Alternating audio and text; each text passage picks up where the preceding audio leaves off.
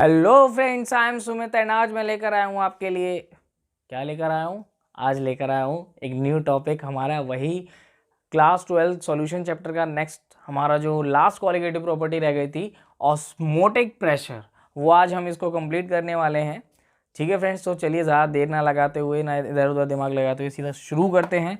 Osmotic pressure, सबसे पहले आप लोगों से क्वेश्चन, ऑस्मोटिक प्रेशर में नाम, ये जो ऑस्मोटिक है आपने प्रेशर तो सुना ही हुआ है, ऑस्मोटिक सुना हुआ है। ऑस्मोटिक नहीं तो आप लोगों ने ऑस्मोसिस तो सुना ही होगा।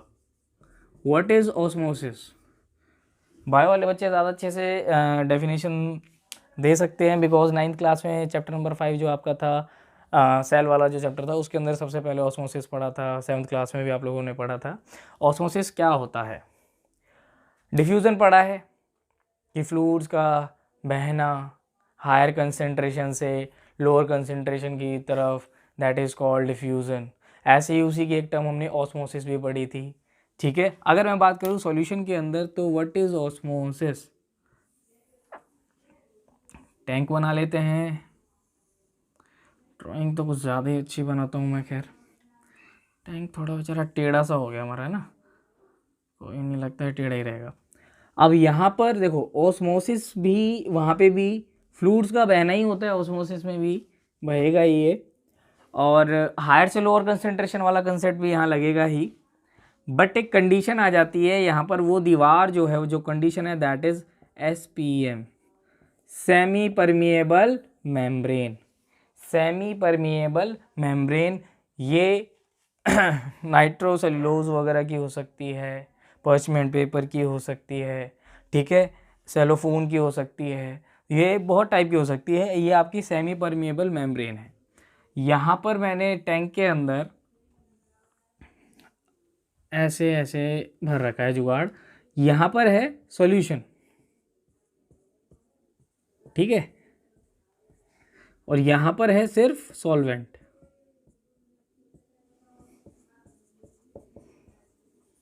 प्योर सॉल्वेंट है यहाँ पर, और यहाँ पर है हमारा सॉल्यूशन है। सिंपल ऑस्मोसिस क्या कहता है? ऑस्मोसिस कहता है a flow of solvent from higher concentration to lower concentration through any semi permeable membrane is called osmosis। ठीक है, सॉल्वेंट का फ्लो एक SPM के थ्रू हायर से लोअर कंसेंट्रेशन की तरफ जाए तो उसे ऑस्मोसिस कहते हैं। अब यहाँ पर अगर मैं सॉल्यूशन में देखूँ, अगर मेरे पास सॉल्यूट भी ऐड है, तो ओवरऑल सॉल्वेंट की जो कंसेंट्रेशन है वो सॉल्यूशन में कम होगी, हाँ या ना? अगर सॉल्यूट भी ऐड है तो सॉल्वेंट की कंसेंट्रेशन वो as compared to pure solvent से यहाँ पर कम होगी। ठीक है, तो यहाँ पे सॉल्वेंट का जो होगी कंसेंट्रेशन हाई, वो हाई से लो की तरफ भागेगा थ्रू SPM। इट मीन्स यहाँ क्या हो रहा है? ऑस्मोसिस। जब ये इस तरफ भागेगा तो इसका जो ये लेवल है, ये लेवल बढ़ेगा। मैं यहाँ पर ऊपर एक पिस्टन लगा देता हूँ, ठीक है, इसका लेवल बढ़ेगा, ऊपर की तरफ जाएगा तो ये, ठीक है। तो ये चीज़ तो हो गई ऑस्मोसिस। अब ऑस्मोटिक प्रेशर क्या है? इस ऑस्मोसिस को रोकने के लिए कि ये सॉल्वेंट इधर ना जाए, मैं ऊपर से एक एक्स्ट्रा प्रेशर लगाता हूँ। क्या लगाता हूँ? ऊपर से एक एक्स्ट्रा प्रेशर लगाता हूँ यहाँ पर, कि ये इसके फ्लो को रोक दे, कि यहाँ पे जो कंसेंट्रेशन है और जो यहाँ कंसेंट्रेशन है, दोनों तरफ क्या हो जाए? बराबर हो जाए। तो मैं ऊपर से ये जो एक्स्ट्रा प्रेशर है, ये एक्सटर्नल प्रेशर जो लगा रहा हूँ, जिसकी वजह से जो ऑस्मोसिस हो रहा है ये स्टॉप हो जाए, वो एक्स्ट्रा प्रेशर ही ऑस्मोटिक प्रेशर होता है, जिसको हम बाय सिंबल पाई से डिनोट करते हैं।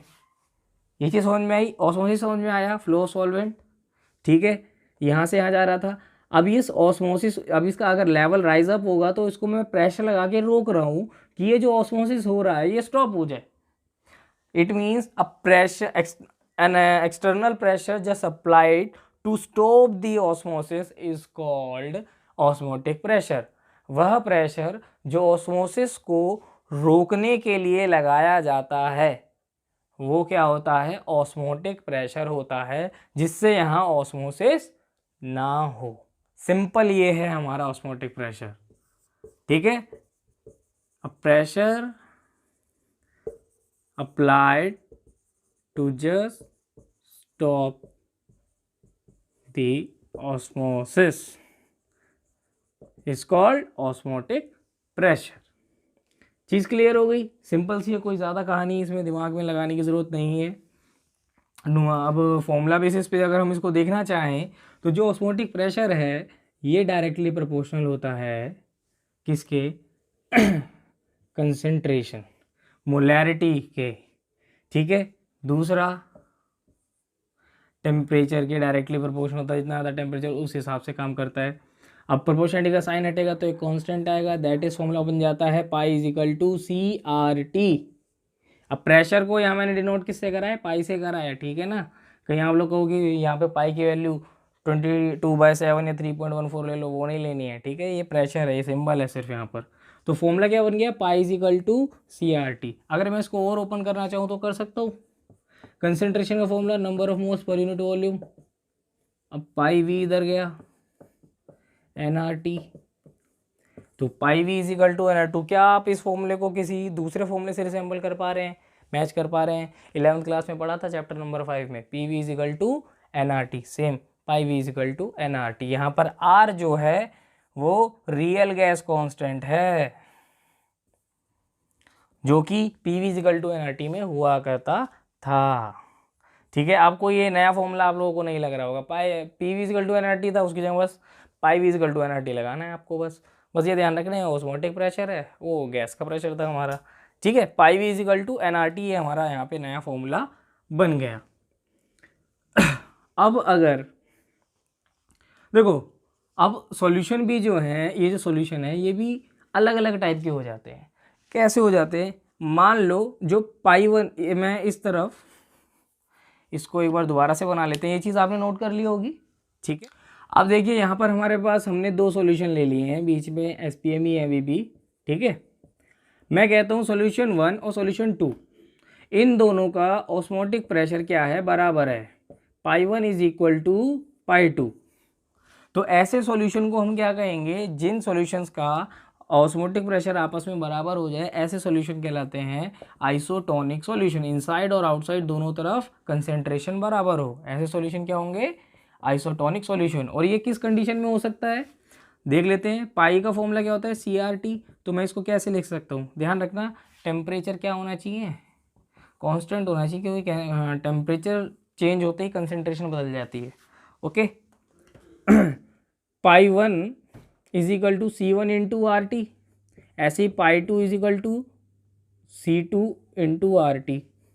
दोनों अगर बराबर हैं तो C1 RT is equal to C2 RT, तो C1 is equal to C2, मतलब दोनों तरफ कंसेंट्रेशन भी क्या होनी चाहिए, सेम होनी चाहिए, तभी आइसोटोनिक सॉल्यूशन बनेगा। पहली चीज़ तो ये। अगर ऐसा हो जाए कि पाई 1 इज ग्रेटर देन पाई 2, तो C1 भी बड़ा होगा C2 से, ठीक है। अगर ऐसी कंडीशन होती है कि पाई 1 ग्रेटर है तो ये वाला जो सॉल्यूशन बनेगा ये बनेगा हाइपरटोनिक सॉल्यूशन। कैसा सॉल्यूशन बनेगा, हाइपरटोनिक सॉल्यूशन। और जिसकी लो है कंसेंट्रेशन, वो वाला कौन सा बन जाएगा, वो बन जाएगा हाइपोटोनिक सॉल्यूशन। सिंपल, 3 टाइप हो गए। अगर बराबर है आइसोटोनिक, अगर जिसका मतलब ऑस्मोटिक प्रेशर ज़्यादा है हाइपरटोनिक, जिसका कम है नॉर्मल से, वो हाइपोटोनिक सॉल्यूशन हो जाएगा। आपने वो एग्जांपल वो तो पढ़ा ही होगा कि हमने किशमिश लिया, पानी में डाला, सुबह देखते हैं तो फूल जाते हैं, ऑस्मोसिस आपने वहाँ पे पढ़ा था। तो वही चीज़ है यहाँ पर कि वो स्वेल कर जाते हैं, ठीक है। अगर मैं सॉल्ट डाल देता हूँ उनके ऊपर तो वो श्रिंक कर जाते हैं। तो वो सारी कहानी इन्हीं की है, कंसेंट्रेशन चेंज होने की है। कंसेंट्रेशन चेंज होने से प्रेशर चेंज हो जाएगा, जिस वजह से हाइपरटोनिक सॉल्यूशन बनेगा एक के लिए, और एक तरफ क्या बन जाएगा, हाइपोटोनिक सॉल्यूशन बन जाएगा, ठीक है। तो ये चीज़ आपको क्लियर हो गई होगी। अब इसके अंदर एक चीज़ और आती है, रिवर्स ऑस्मोसिस। रिवर्स ऑस्मोसिस का आपने शॉर्ट फॉर्म आप यूज़ भी करते होगे बहुत सारे लोग घरों में, RO आपको पता हो तो, RO की फुल फॉर्म ही रिवर्स ऑस्मोसिस होती है, RO, that is your reverse osmosis. अब ये कैसे होता है, मान लीजिए हमारे पास यहाँ पर सॉल्यूशन वही आपका सी वाटर है, ठीक है, नमकीन पानी है, और ये आपका प्योर वाटर है। यहाँ से नेट फ्लो हो रहा है सी वाटर की तरफ, मैं यहाँ से ऊपर से इतना एक्स्ट्रा प्रेशर लगा देता हूँ, ऊपर से इतना प्रेशर लगा देता हूँ कि ये ऑस्मोसिस को रिवर्स कर दे। ऑस्मोसिस को क्या कर दे? रिवर्स कर दे। तो वो क्या हो गया? Reverse osmosis. अब ऑस्मोसिस के अंदर एक चीज़ खास बात यह है कि ओनली फ्लो ऑफ किसका होगा? सॉल्वेंट का होगा। अब सॉल्टी वाटर है तो सॉल्वेंट क्या है उसमें? पानी। सॉल्यूट क्या है? सॉल्ट। नमक क्या हो गया? सॉल्यूट। और नमक के जो सॉल्यूट पार्टिकल्स हैं वो यहाँ पर रुक जाएंगे, सेमी परमिएबल मेम्ब्रेन उनको अलाउ नहीं करेगी उधर जाने के लिए, सिर्फ सॉल्वेंट को अलाउ करेगी जाने के लिए। तो आपका जो नमक है वो सारा इधर रह गया, या जो भी दूसरे सॉल्यूट पार्टिकल्स हैं, और फ्रेश वाटर आपका उस तरफ चला गया। तो रिवर्स ऑस्मोसिस में ऐसा ही होता है कि जो भी सॉल्यूट पार्टिकल्स हैं वो एक तरफ हो जाते हैं और मेम्ब्रेन साफ पानी को उस तरफ निकाल देती है। इसका सी वाटर वाले को आप दूसरा नाम भी दे सकते हैं, डिसैलिनेशन ऑफ वाटर, जिसमें से सॉल्ट निकाल लिया जाता है, that is called desalination of water. इस तरह का क्वेश्चन आपका बन जाता है। अब एक और बहुत इंपॉर्टेंट चीज़ मैं आपको बता दूं, कई बार 1 मार्क क्वेश्चन में ऐसा भी पूछा जा सकता है कि सबसे बेस्ट, अगर इनमें से मैं बोलूं जितनी भी आपने कॉलिगेटिव प्रॉपर्टीज़ पढ़ी हैं, तो सबसे बढ़िया कॉलिगेटिव प्रॉपर्टी कौन सी है? ऑस्मोटिक प्रेशर सबसे बढ़िया कॉलिगेटिव प्रॉपर्टी है।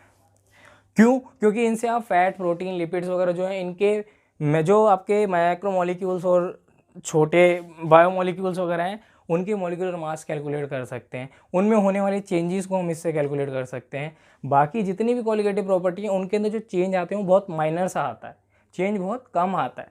इनके अंदर हम सारे चेंजेस, और रूम टेम्परेचर पे भी हम इसको कैलकुलेट कर सकते हैं। उन सब के लिए हमें कंडीशन चाहिए थी, हाई टेम्परेचर या लो टेम्परेचर, ये रूम टेम्परेचर पे भी हो सकता है। तो ये सारे जो रीजंस हैं जिसकी वजह से आप मतलब हम ये कह सकते हैं कि ऑस्मोटिक प्रेशर जो कॉलिगेटिव प्रॉपर्टी है वो हमारी सबसे बेस्ट कॉलिगेटिव प्रॉपर्टी है। ठीक है, तो अब से आंसर अगर देना हो तो क्या कहोगे? ऑस्मोटिक प्रेशर हमारी सबसे बेस्ट कॉलिगेटिव प्रॉपर्टी है। बायोमोलिक्यूल, माइक्रोमोलिक्यूल जो होते हैं उन सब के उनके मॉलिक्यूलर मास वगैरह कैलकुलेट करने के लिए भी इसी प्रॉपर्टी का इस्तेमाल किया जाता है। ठीक है फ्रेंड्स, अगर तब भी आपको इस कंसेप्ट में कोई दिक्कत आ रही है, आप नीचे कमेंट सेक्शन में हर बार की तरह जैसे मैं कहता हूँ वो दे सकते हैं और फिर भी और 1-2 बार आप वीडियो को ज़रूर देखें ताकि आपको कोई दिक्कत आए तो आप वो मुझसे पूछ लीजिएगा।